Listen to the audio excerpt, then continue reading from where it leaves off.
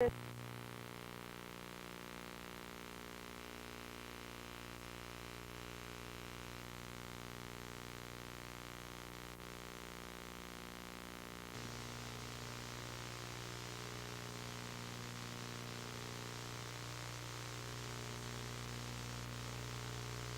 the problem? She didn't want to sign it. She didn't have any papers. Was that it? That's one of the problems. What would happen if she signed? Immigration. Immigration would come and get her. I thought the other problem was that the lady that was doing the interview, she was just doing it because she had to do it, not because she wanted to help. She didn't care what would happen to the lady. Do you think that's a true representation of what sometimes happens? Yeah. Have you ever been in situations like that? Yeah, like, when you go somewhere or something, and somebody, say even if you're waiting in line at the store to pay for something, they try to get you, they won't even talk to you, they won't say hi or nothing. Okay, what would be the difference between a store and a welfare worker in the communication? The welfare worker is there to help you, and the check clerk, he's just supposed to do groceries and stuff, but the other person is really supposed to help you out. Okay, do you think you'll be that way if you get a job? Do you think she started that way when she So maybe was she has so many people coming in. She's frustrated. Maybe it's the end of the day that she'll be getting there or something. Maybe she's frustrated, maybe there's, what you say, too many people, right? I'm supposing, yeah, go ahead. She didn't act like she was very well fit for the job, because you're supposed to help people. What would be the pressures that would come down on the welfare worker? You girl said she didn't care. Well, and the other one couldn't speak that much Spanish, and so she just got frustrated. She got sick of doing the same thing every day and not being able to understand the other person. And She's had it with the Mexicans. They come every day, they tell me their stories. I'm really sick and tired. All right. And what, if you were in the welfare office and you feel that way, what would you do? Quit. I think maybe. Quit? That's not right for someone to work there and they're not nice to people, because I know if I was that lady, I wouldn't want that Mexican lady doing me that way.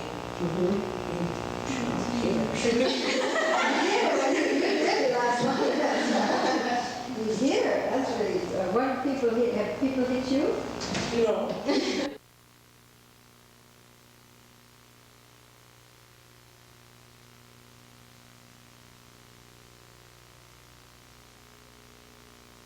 Have you ever received welfare, any of your folks?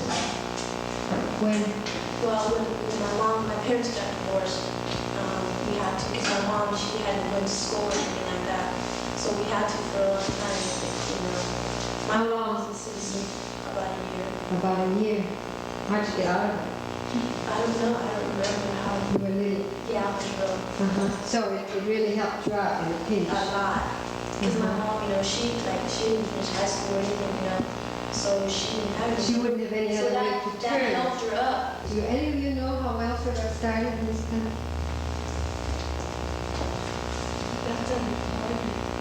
Huh? Why do you think why, and I think perhaps this is a key question, I will then just summarize. Why do you think that welfare was instituted in this country?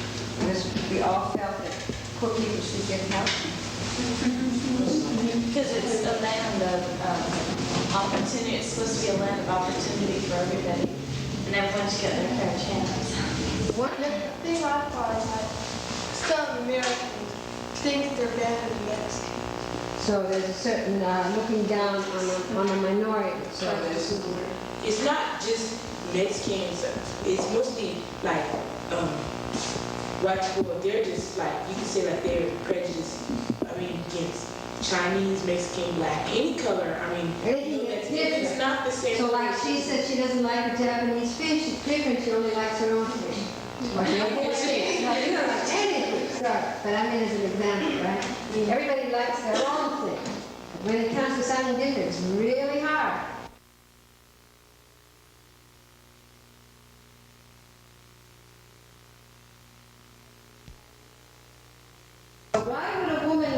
just find it hard to call?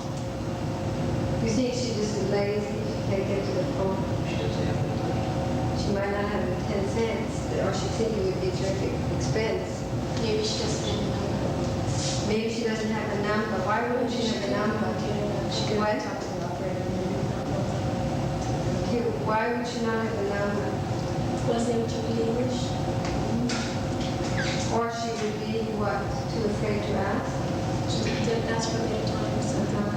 When you're, yeah. Or maybe if she didn't have a number, the phone book was all in English. That's right. They can't learn English because they don't have the money at all. They're coming from another side from another. And they're liable to get in trouble if they apply for anything, you know, they're just gonna send you back. You know, they'll come. Where She teaches down at Gonzales High School, and the students come for a certain part of the months, and then the fields, the migrant people move on. So they never go ahead. They never get at. And when they come back the next year, the same thing's being taught. So they know about this one thing, but they don't know about anything else. So how many of you learning Spanish? 1, 2, 3, 4, 5, 6. Why are you learning Spanish? To speak it, because you're going to need it around here, especially because there's so many people who speak Spanish. But they'll tell you, why don't they learn English? That's true. Do you think that many people, when they are afraid, they do what? They drop it on top. That's right. They withdraw.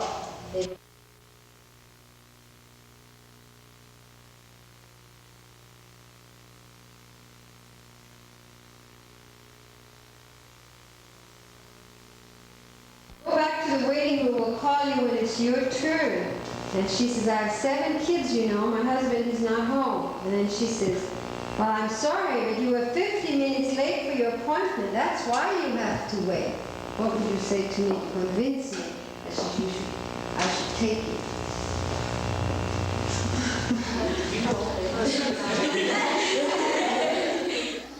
This spontaneous laughter, of course, wells up from constraint and anxiety, for the students are suddenly being asked to put themselves on the firing line instead of being allowed to scrutinize things at a safe, though sympathetic distance.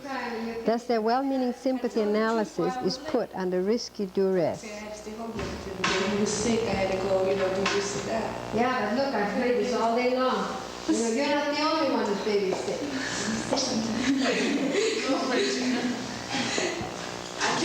We ought to remember, though, that too often they've been educated to see various historical circumstances as part of an ongoing national morality pageant, a sort of grand saga in which villains or bad guys who mistreat victims or underdogs are seen as traitors to the national ideals of fair play, justice, and so on.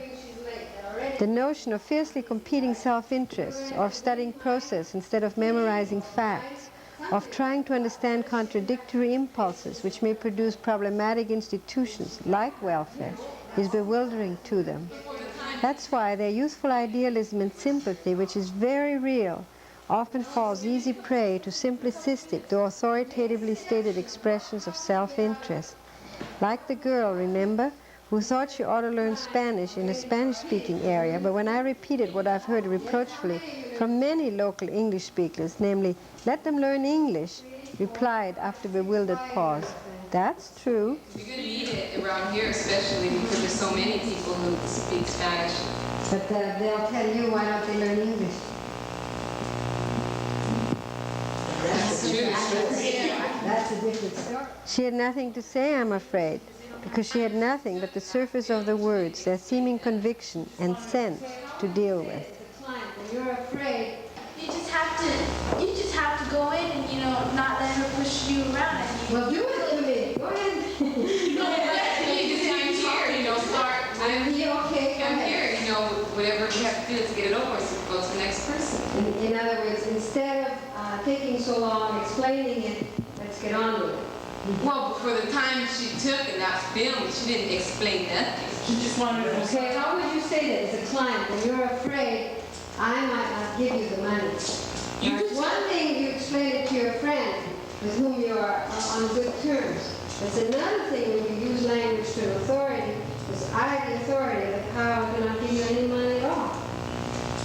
Be nice to you. So you're going to flatter me?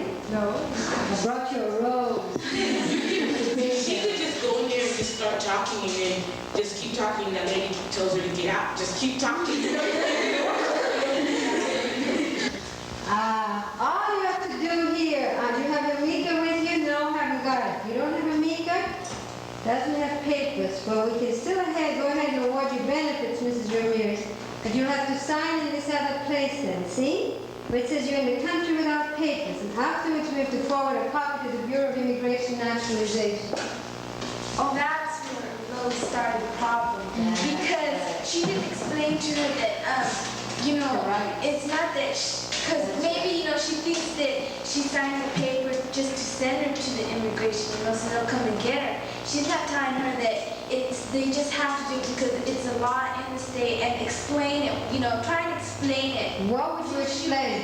What would you explain? Well, I would tell her, okay, as soon as you say that migra to somebody, they're going to say, wow, I'm not going to do this, So how would you get around it? There is a migra. It is a terrifying you thing. just say, it's really hard to get around that.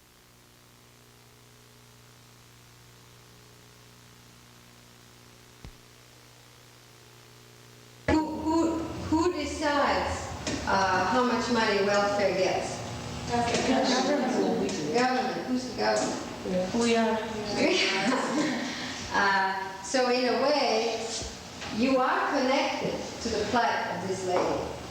Because if you're going to be tax-paying, how many of you vote already? This is short, it's just a little bit short of voting, a year or two, right? People who live in our houses that are on welfare, they rent our houses, and my mom has discussed it with them, and I would sit there and listen, and they do very well off of welfare. Do you know how much they get? How much a welfare mother gets with a child? You know? No, but with welfare, they get more benefits than we do at times. They get job opportunities that we won't be able to get because they're on welfare. How do you know that? What kind of job opportunities do you get? Oh, like if you're on welfare, like some people that apply, they may look down, like say they're on welfare, and they make the job more than this person whose parents aren't on welfare. You think that employers give preference to welfare people? Some. They give them to the one who they feels most comfortable for the job. You do have to sell yourself whether when you go on welfare or not, you have to sell yourself in the job. As a matter of fact, my experience has been that welfare has a great stigma attached to it. And people really end up ashamed. But regardless of that, you have to have abilities, right, to sell yourself. But do you know how much a woman gets on welfare? Then how do you know that they do very well? It's like they get what was it, 200 and something a month with the kid, or just by How much rent does herself. she pay to your mother? She pays, my parents charge her 125. And So she has about 125 left to live on. right, but she doesn't have any kids. But then she doesn't get, I think, 250 No, she is with a kid. No, she gets 200 and something. 225 now is the minimum.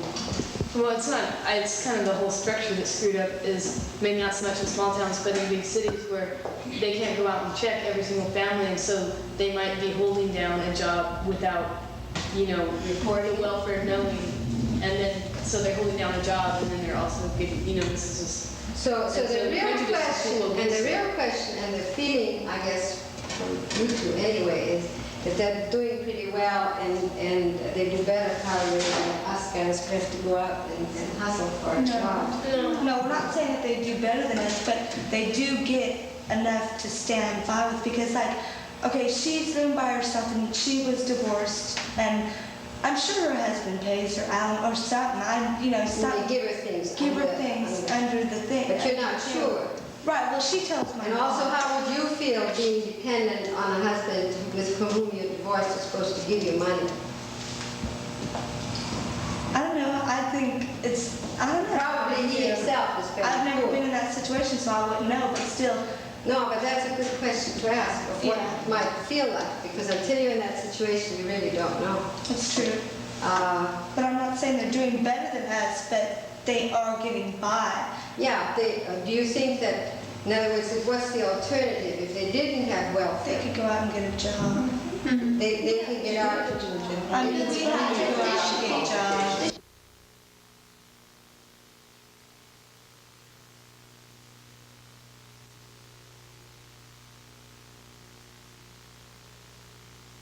I've just given you the top of the iceberg of cross-cultural communication.